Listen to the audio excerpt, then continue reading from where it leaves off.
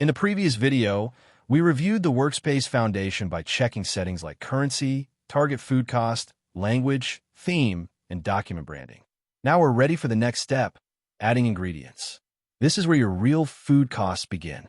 Ingredients are the foundation behind your recipes, batches, menus, inventory, event pricing, and kitchen snapshot.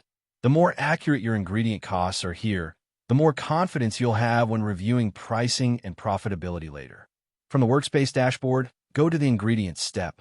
This brings us to the ingredient library. On this page, you can search, filter, and manage save ingredients. But for this video, we're going to focus on adding a new ingredient manually. Look for the quick Add Ingredient panel. This panel is designed for fast entry. If you only need to add 1 or 2 ingredients, you could do it right here without leaving the ingredient library. The quick panel gives you the core fields: category, ingredient name, supplier, quantity, unit, and total paid. For this walkthrough, I'm going to expand the panel so we have a little more room to work. Start with category. Choose the category that best matches the ingredient, such as produce, dairy, protein, dry goods, or another category you use in your kitchen. The category helps organize your ingredient library and make sure the right units are available. Next, enter the ingredient name.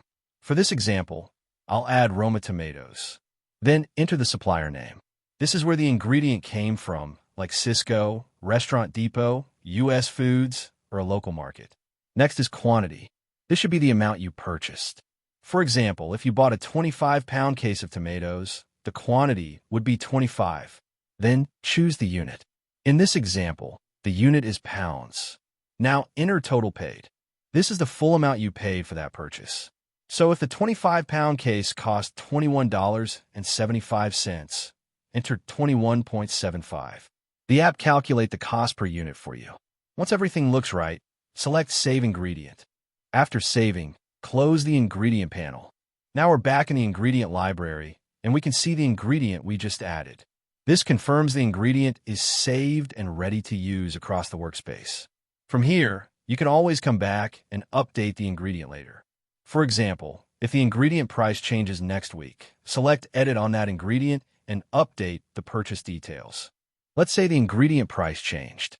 Instead of paying $21.75 for the case, the new price is $24.50. I'll update total paid to 24.50. The quantity and units stay the same, so the workspace can recalculate the cost per unit based on a new price.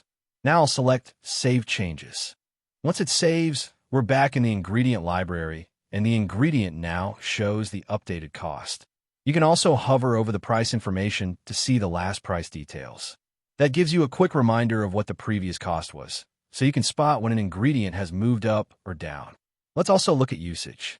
Usage shows where an ingredient is being used across your saved items. If this ingredient is already part of a recipe or batch, the usage view helps you see which saved items may be affected when the ingredient price changes. This is helpful because a price change does not just live on the ingredient row. It can affect recipe costs, batch costs, menu pricing, and your overall margin review. As your workspace grows, usage becomes more valuable because it helps connect the dots between supplier costs and the items you actually sell or prepare.